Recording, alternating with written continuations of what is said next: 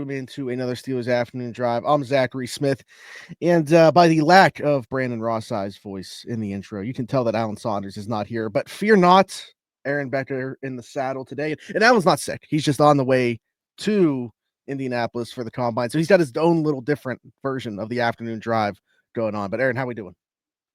We're good. We're good. Yeah, looks like Alan is actually nearing the end of that sickness. That's awesome to see. But He's yeah, I'm definitely excited, sounding man. I better. mean, yeah, for sure. But excited, man. I mean, combine's right around the corner. Getting back some football after a couple of weeks off, and should be something fun. There we go. We got questions, of course, from the YouTube community and one that I got from Twitter. But before we get into that, Aaron, I want to get your thoughts on a topic that has, kind of cast itself over Steelers Nation a little bit. Anytime that you are in need of a quarterback and you hear a quarterback's name potentially become available, that team's fan base is going to be, jumping to try to land him. The most recent name and probably the hottest commodity right now, if he were to be traded, is Rams quarterback Matthew Stafford. Now, this has been going on for a little bit. Alan and I have talked about this subject a little bit, but it seems with like each passing day, there's a little bit more information in terms of like why in the world would the Rams even move on from Matthew Stafford, a team that was competed with Philly in the playoffs last year, and a couple balls go different directions. Maybe they're in the NFC Championship, and who knows where things go from there. So what is your take on the whole Matthew Stafford thing? Are you leaning towards him staying with the Rams? Do you think he actually gets dealt? And if he were to get dealt, are the Steelers a viable option for Matthew Stafford? Yeah. So I mean, my perspective on this situation hasn't really changed. I still think that the Rams and Matthew Stafford figure something out. The problem, why all this smoke is happening right now, is today it was reported that Matthew Stafford is looking for about a $50 million per year average for his salary. So that's a huge jump from his $36 million salary that he had in 2024. And so, I mean, it's difficult. I kind of compare it to the Brandon Ayuk scenario from last offseason, right? I don't think the Rams are committed to him fully. And I think they're open to the option of trading him if the two sides can't agree to a deal, right? But at the end of the day, I think that is still going to be the case. The Rams are allowing Stafford and his agent to, gauge his market with all the other teams they're talking to, and obviously the Steelers being one of them. And I just find it hard to believe that anybody is going to be willing to pay a 37-year-old quarterback $50 million. There's only 9 quarterbacks in the NFL right now that are making that of $50 million or more per year. And the oldest of them is Dak Prescott. He's 31. He'll turn 32 next season. And yes, Stafford is, had better accolades, if you will, than Prescott has. I mean, like you said, a couple plays go a different way in that divisional round game, and the Rams are hosting the Washington Commanders in the NFC Championship game. So it's difficult.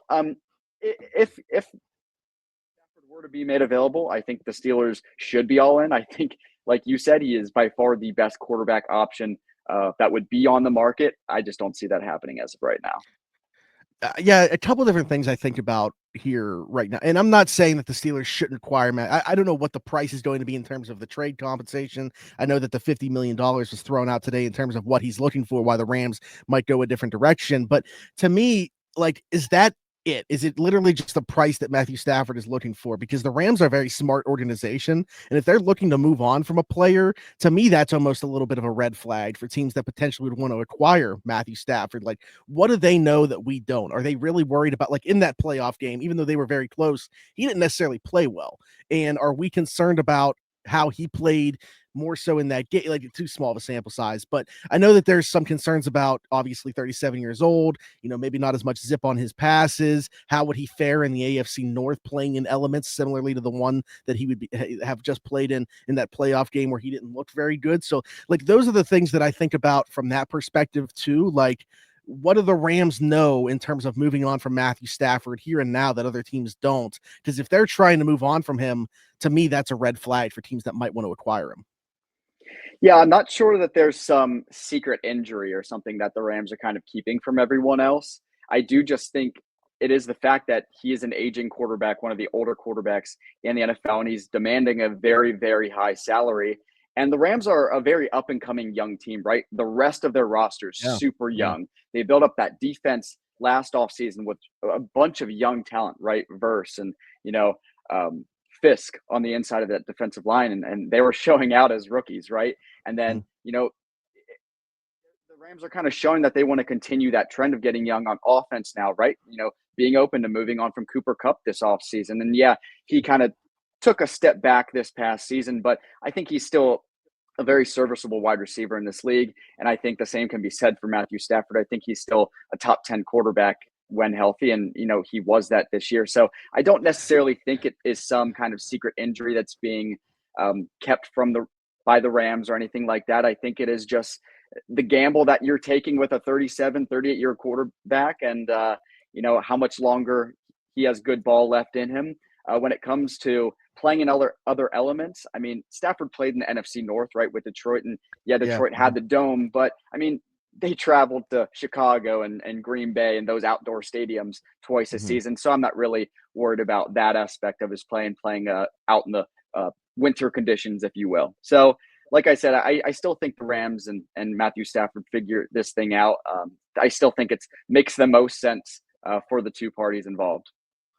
As far as the 50 million, something that also comes to mind for me, and I want to get your perspective on this, is the cap going up by 22 plus million, just depending on exactly where it falls. Does that make it more palatable? Like, is that why he's looking, like, is that where the number is coming from? He's like, okay, if I adjust what my salary I think should be to the way that the cap has gone up over the last couple of seasons, I don't know if that's going to happen a third season in a row. Obviously the revenue that the league is generating has spiked significantly. The international games have played a large role in that as well. Alan and I had a discussion about that, but is that kind of what Matthew Stafford and his agent might be looking at? Is the salary cap going up the way that it is? That's why they got that 50 million number, and does it make it more palatable him looking for that number with the cap going up the way that it is? Absolutely, yes, and yes. I mean, when the NFL announces the cap is going up, all the teams are like, "Oh, awesome! We have so much more money to spend on free agents and draft picks and whatnot." But as a player's perspective, you're like, "All right, well, my salary can potentially go up now." The market value continues to go up for players. So, I mean, yeah, I mean, the Rams, they're in a little bit more of a tighter cap space, if you will. But I think they have the ability to give Stafford an increase in salary, maybe not the up to $50 million that he's looking for. But I think it's very doable for both sides. And, Stafford is just trying to get the raise he's deserving of. I think you and I would both agree that he's worth more than $36 million per year, but maybe not that 50 mil he's looking for. So I think there's a middle ground that's going to be met between the two, and it'll all be worked out here in probably next week or so. And here's the thing, if it's a multi-year deal, which I assume that it would be, you could really to suffice the 50 mil per year or whatever, if it's 2 years, 100 million, and I don't know that he would go for this. I think that him and his agent are going to be smart about it, but really put more of it in the second year where it's like an unguaranteed amount or whatever, and it's really like monopoly money. Like, really, he's got to get the guaranteed money, and the year one money is what he's looking for, I assume. But if you're from the Rams perspective and you can just like make it look nice and suffice the 50 million per year just for the way that it would look to him to be paid that way on the market, and say he's in that $50 million tier, but you're not paying him that, like, he's never going to see the second half of that contract or whatever. I wonder if that could maybe suffice both parties too. Like, maybe it's more of an optics thing for Matthew Stafford and wanting his name to be seen with those that you've mentioned before. Yeah, I think that makes a lot of sense. I mean, I think this will probably be Stafford's last contract in the NFL, right? I mean, I would say, yeah. I mean, he's 37. I'm not sure if he's looking to play till he's 40 or something like that. But I mean, that's a 1 or 2 year extension, backload it a little bit and make both parties happy. Yeah, give him the raise he's looking for and see how he plays next season. Yeah, but we are both in agreement. I don't think that he's going to get that much in year one. I would be very surprised if he sees some $50 million next season as a salary. And I think that he's still with the Rams. That's kind of my perspective on it. Now, Steelers now a colleague of ours, Derek Bell, floated something very interesting to me last week about this. If this was like a Rams decision more so than they're letting lead on, because Les Snead, like when he was asked about it, I was expecting him to just be like, "We're not trading Matthew. We love Matthew." Instead, he goes through like the timeline of events from when they traded for Matthew Stafford from Detroit. It was like, "Oh, if we trade him, this is what it's going to look like." And I was like, okay, like that's not at all what I was expecting. But so Derek threw out there, maybe they would entertain it. Maybe he is an aging player. They don't want to meet his salary demands. And maybe they move on from him and bring in Sam Darnold, who had success with Kevin O'Connell and obviously Sean McVay, Kevin O'Connell, you know, two leaves of the same tree. So where are you at with that idea? Is that something? I mean, this is like a wacky world of the NFL. This could definitely happen. It'd be the storyline of the offseason if we see some type of domino effect like this. But what's your thought on that? Yeah, I mean, I think it makes sense. The question is, what is Sam Darnold salary expectations here? Because Mhm. I still think I would take, if you're trying to win now, right? I would take Matthew Stafford, and I mean, if you're trying to get younger, yeah, I mean Sam Darnold makes sense there, but if you're paying them both in the 40 to 45 million dollar range, stick with the Yeah. guy that almost took you to the NFC Championship game, right? I mean, the guy that's Yeah. already won you a Super Bowl, and I mean, it comes down to that. I mean, like I said, if this Rams team is just solely focused on getting younger, right, parting with Cooper Cup, Mhm. willing to move on from Matthew Stafford, I mean, yeah, maybe going the Sam Darnold route could make sense, but Sam Darnold comes with risk too, right? I mean, you look at the way he ended last season.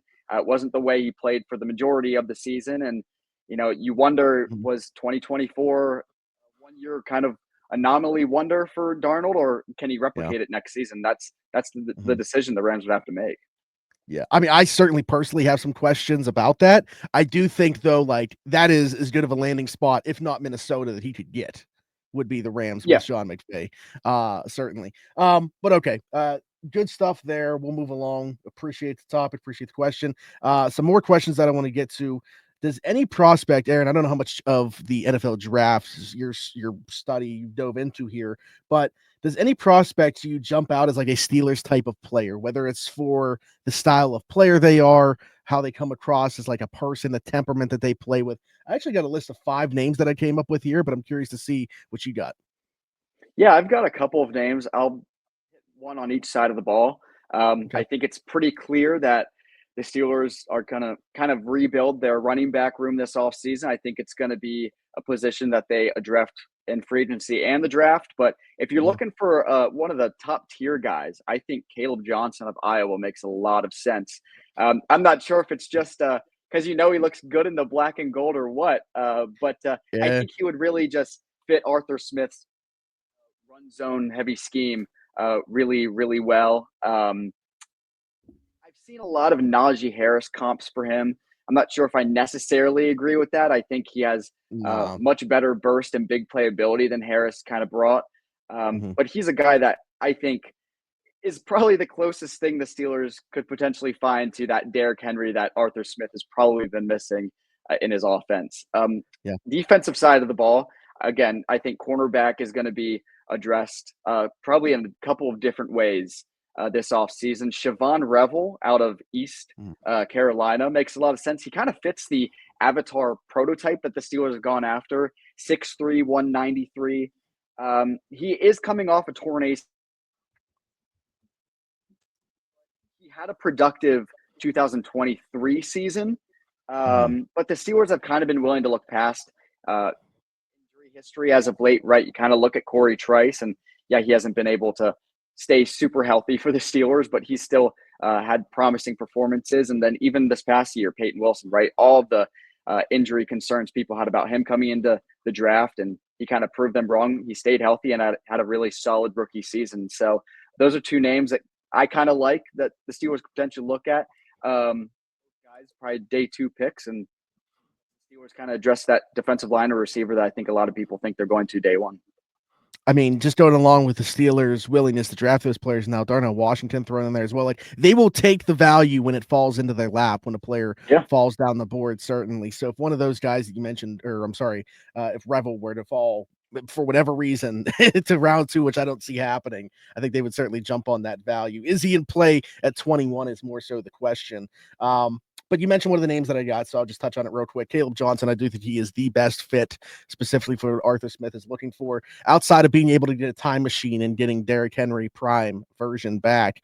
This is as good as you're going to get for Arthur Smith's offense. But I have another back on here as well, assuming that they wait a little bit longer. Bayshaw Tootin out of Virginia Tech, very similar in terms of his ability to, he really excels in outside zone schemes. Steelers fans will absolutely love the fact that they get the ball a ton and jet sweeps. I'm sure that they'll love that. We know Steelers fans love the sweep.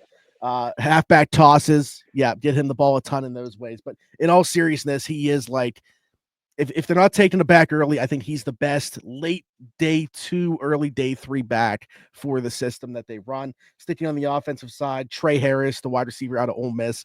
This is more so from like a stature build standpoint than anything else. Obviously, I have no clue about the character of Trey Harris, but he just looks like a Steelers receiver in terms of the height weight combination that he has, the big playability, the go up and get it 50-50 balls turn into 75-25 for Trey Harris. So I think he's an interesting fit.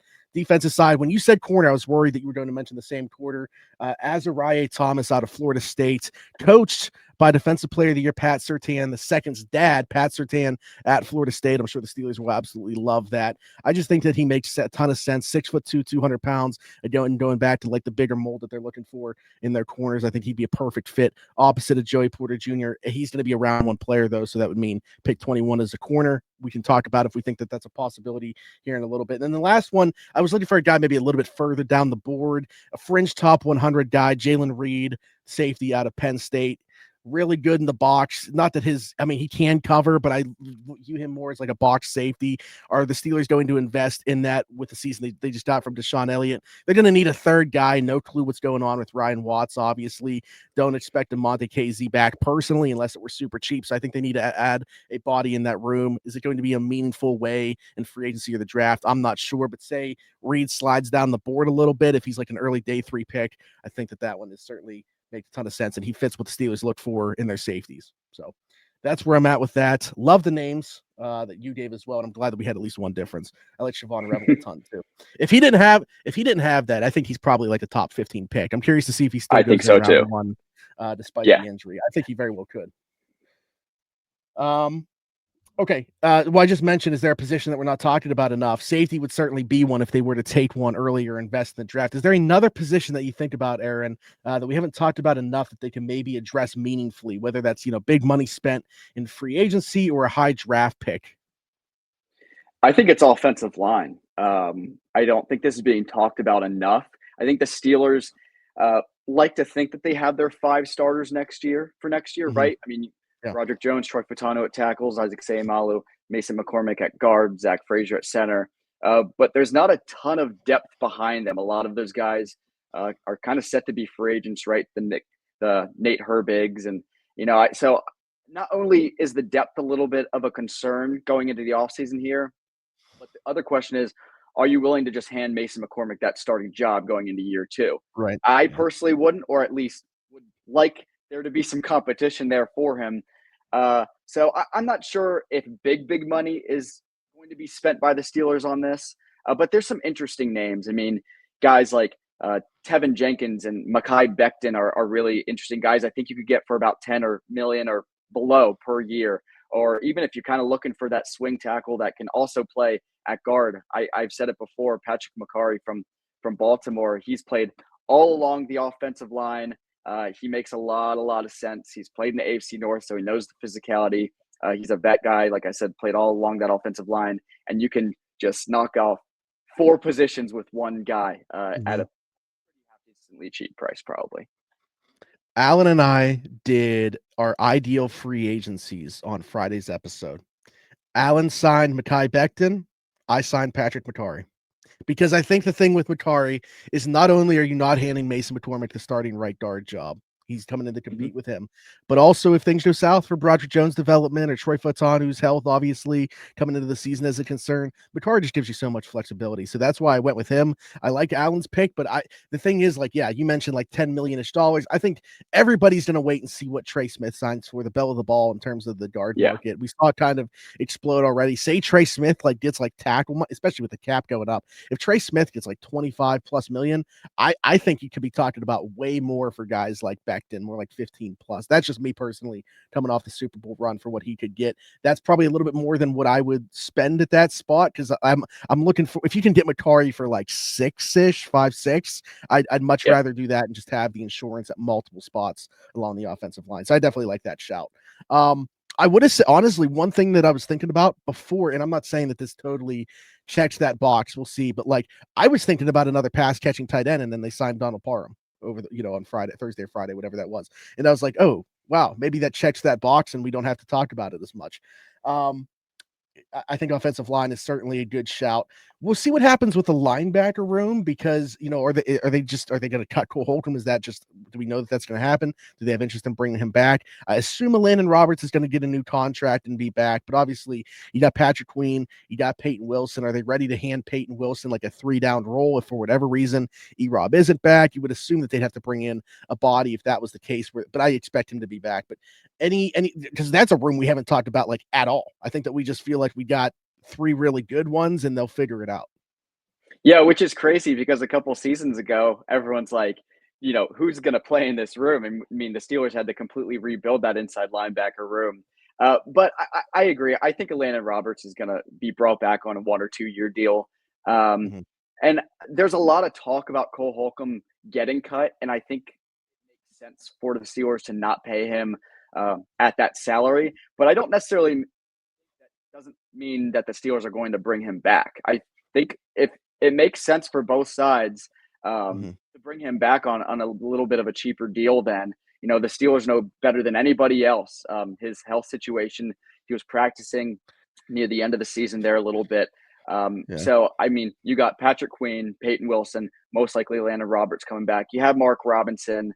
Um, he's more of a kind of a special teams play, right? And then Cole Holcomb, he's kind of the guy that's a little bit up in the air. If you cut him, I don't like I said, bring him back if you feel confident in with his health situation.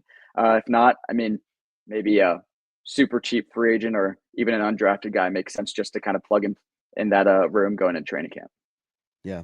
Absolutely. I'm so intrigued by it just feels like, yes, they have a ton of boxes to check, but like we feel like we know what they are. Like Yeah, I don't know. It's just there's not much in terms of being left to the imagination, I feel like, in terms of what the Steelers are going to do, what positions they're looking for already, even though free agency hasn't started. So we'll see how they check those boxes ahead of the draft. We know that they always want to pretty much check every box in free agency before we even get to the draft, so they're not like having to zero in. Everybody know they're telling the world what position they're going to take.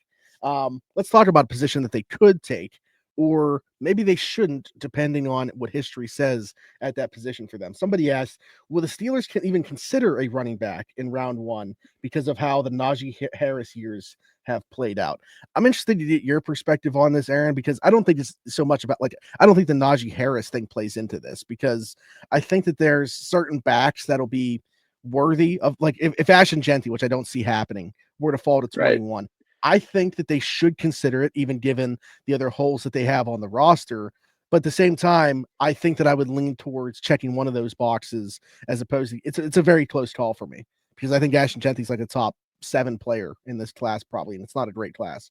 But I don't think it's anything to do with the Najee Harris thing for me personally. I think it's just more so about the value of other players that are there along with that back. What do you think? Yeah, I think if Genty is somehow there at 21, that's a run your card up type of situation. I don't think you think twice about that. I mean, he's a top 3, 5 player in this entire class, and that's just the best player available at that type of situation, right? Um, anyone else, I think I would probably go position. I mean, it's been talked about like crazy, but this running back class is so deep. I mean, you That's can part of it find too, yeah. starters all the way down to round 3, round 4. And the same can't really be said about other positions of need for the Steelers. I mean, let's just say the Steelers address defensive line in free agency and go get a guy like, and um, receiver is kind of the top of the board. This is a really top heavy class, right? I mean, with McMillan Yeah. and Burden and Ibuka and Golden. I mean, there are interesting guys like I like Higgins, like Jaden Higgins and some other guys on day two. But I mean, in that kind of scenario, I'd almost lean the receiver route. I mean, back to the running backs. Unless Genty falls there, I'm personally good on running back until day 3 or day 2. I get the argument. I mean, running backs are starting to get paid and are making differences, Yeah. and like Saquon Barkley's and Derrick Henry's. But I just think this class is too deep to kind of use that hive draft capital on a guy not named Genty at Yeah. running back. I do think there's a good bit of separation for me personally between Caleb Johnson and the next guy as well. Like as much as there is Genty and Caleb Johnson. But I'm still in agreement with you. But the only thing that I was saying there really was, to me, it has nothing to do with the Najee Harris selection. Like that Yeah. isn't even in my mind now, the way that went. Like the 4 year, that was just a situation very miscalculated by the Steelers where they were trying to put the horse before the cart. They didn't have the offensive line in place. They tried to draft a running back to completely fix their run game, and we saw how that went. I don't think that's now, could they have learned their lesson in that way? Maybe, but I don't think the lesson to be learned there is to not draft a running back in the first round ever. I think it's to have the right offensive line in place to be able to drop the running back into. Absolutely. I mean, you look at Detroit. I mean, they've built up their Yep. offensive line, and then a lot of people kind of, judge them for that Jahmyr Gibbs pick. But Mhm. I mean, they've been a run first offense the past couple of years, and Mhm. just absolutely killing people in the run game. So I agree. I think the Steelers learned their lesson as in we need to build up our trenches, and then we'll kind of place in that guy. And that's what they've done the Mhm. past 2 years. Put a lot of draft picks and a little bit of money into that offensive line, and now you're looking for that running back. So I mean, we'll see. I mean, a guy like Omarion Hampton is really interesting too. I think he's a guy that could sneak into the first round. Is he the best fit for the Steelers offense? I'm not sure. Maybe as much as a guy like Caleb Johnson that you could get on day 2. But Mhm. it's really up for preference in this draft. Like I said, it's super deep. You can find starters round 3, round 4 deep. And so, like I said, unless Genty is there at 21, which I don't think anyone expects him to be, Yeah. I'm looking at receiver or defensive line there. And I love Daniel Jeremiah, but it was hilarious, like where he was like, I don't even think he's gonna be there. Okay, well then why are you putting him like what is the justification if you don't think he's going to be there to put him in the mock draft? Like, isn't it supposed to be predictive? So if you predicted him to get there and then took him, how are you going to say you don't think? I don't know. It's interesting to me when people go through these things. But one more thing that I want to get to, Aaron, and it's kind of marrying the idea of the draft, but also with somebody currently on the roster.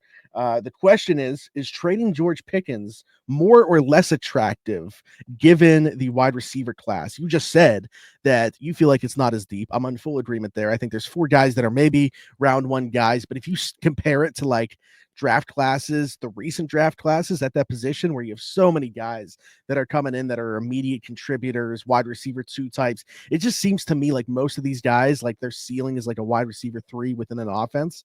And you look at this class right now and with what's there, is the idea of trading George Pickens more attractive because you could probably get better capital given that a team feels like they can't find that guy in the draft? Or is it less attractive because then the Steelers have to be the team to replace a George Pickens with somebody in this draft? What's your take? I mean, I would say it's less attractive. I mean, I don't think the Steelers want to be stuck with a similar wide receiver room that they had last year and George Pickens, and then you're kind of stuck with a Van Jefferson as your number 2 and kind of clawing at the bit to get a guy like Mike Williams at the trade deadline. So I don't see them moving on from Pickens unless they heavily address receiver before the draft. So, I mean, that means you're getting some kind of combination, 2 guys of Cooper Kupp, Debo Samuel, Darius Slayton, Keenan Allen, Christian Kirk, which could happen. Um, one of those guys are going to be traded versus cut, and I think that's the big question that the Steelers are kind of just waiting to see what happens. There have been reports that the Debo Samuel market's been kind of heating up, so you might have to outbid other people for him. So when I look at will Pickens be dealt, I think it's more dependent on how free agency plays out more so than the draft. I think the draft, you kind of look for future guys, right? When you're drafting guys, ideally you're not drafting guys for them to be day one starters. The Steelers have just kind of been in that case as of late because they haven't had the best track record of drafting guys. So I'm still is dealt. Like I said, I think it's going to come down to if they can get a couple of reliable pass catchers in free agency, and whether that's paying guys or trading for them. But like I said, I mean, obviously the weaker wide receiver class doesn't help the scenario either. No, absolutely. I mentioned, Friday's best case scenario thing that Alan and I did. He had them acquiring Deebo Samuel and Christian Kirk and trading George Pickens in a separate deal to the Patriots. I wasn't like that. I said I think one of Christian Kirk or Deebo Samuel will be a Steeler. And just from like a best case scenario, from a football perspective, I think it's in their best interest to be able to convince George Pickens to play this year. Like, even if it's as their own rental or whatever. My concern is more so, it's not even from like the Steelers side deciding whether or not they want George. I just think like George doesn't get a contract extension this summer. How does it play out from there? Like, that's my concern. Right. Yeah. I think I'm not sure the Steelers know exactly how that will quite yet either. I mean, maybe there were those conversations in the exit interviews, but it's really hard to say. I mean, Pickens is a little bit of a head case, and so I'm not sure if the Steelers are really knowledgeable of how exactly he's going to kind of act if he doesn't get that extension. It's a hard dude to predict his next move. Yes. Right. And so I think that's why I think if you're the Steelers, you just got to cover your butts this offseason, and like I said, get a guy or two in free agency or trade, and maybe even another guy in the draft, and whether that's round 1, round 2, I think it's all on the table right now for the Steelers. What's interesting about those two names, Deebo Samuel and Christian Kirk, current Steelers now, Alan Saunders, says it's going to be Christian Kirk. Steelers now alumni Nick Farabaugh said he predicts Deebo Samuel. Okay. Do you feel bold enough to tell us what you think is going to happen? Make a prediction. I'm going to go Kirk, just because there was a lot of interest there at the trade deadline. If he doesn't break his collarbone, he's probably a Steeler already.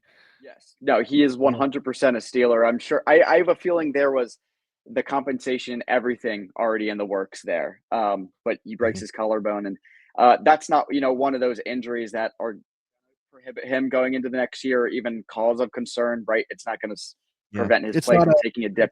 Went off an ACL, God went off the ankle. Yeah. Right. Where like Deebo Samuel, you're taking a little bit of a risk because his play did physically take a dip this past season. So I'm going to go Kirk. He's a little bit younger. There was a lot of interest there at the trade deadline, and there's even still rumors that, he could even be just a cap casualty cut. So, I mean, I think the Steelers would be very, very happy if they could just sign him and not have to give up anything in a trade. But I think that is something that Omar Khan will be calling up Jacksonville now that they finally have a general manager. And seeing if they're open to it. So young dude, first time GM. It's almost like in the movie Draft Day, the Jaguars GM kind of gets taken advantage of because he's a first time young GM. Omar needs to recreate that. He ends up trading like the 6th overall pick for 3 second-round picks. Like, oh my God. Imagine if that happened. That GM's getting fired before he makes another move. We'll send you both of our 7th round picks for Kirk. How about that? Good stuff. All right. Well, Aaron, I appreciate you jumping back in, riding shotgun with me again in place of Alan Saunders. Tell the people where they can find you. Instagram, TikTok, Twitter, X, at Aaron_M_Becker. You can find all my stories and whatnot at SteelersNow.com. Which, if you're watching or listening to this, you better know how to get to that site. So Be sure to go do that and check out Aaron's work. Be sure to like, subscribe, hit the notification bell if you were here on YouTube. Keep the questions coming, keep the comments coming. We're going to need them to work through the offseason here. Alan Saunders will be back from the Combine. Excited to talk to him and see what information he's gathering there. If you're listening somewhere else, Apple, Spotify, wherever your podcast from, be sure to leave us a 5-star review and subscribe over there. Just search Steelers Afternoon Drive. Do the same thing. We're back on TikTok. I was finally able to re-download the app. I'm one of the idiots that actually deleted the app during the the 12-hour ban, and I had to wait to be able to re-download it. So didn't have it for almost a month, 3 weeks, whatever it was. But I finally got it back, so we're gonna start posting on there again. Yeah, I was one of the idiots that I was like, yeah, it's banned. Why am I going to keep, my phone storage keep going up with an app that I can't even use? So I deleted it, and then woke up the next day and it was like, oh, you're still able to use it. It's back. I was like, all right, well, let me re-download this. Go to re-download it, and it's like, sorry, you can't do this in your country. I was like, what? But I'm back on it now. So we're going to start posting from Steelers Afternoon Drive on there again. So find us over there, and then you'll find me everywhere, Zachary Smith, PGH.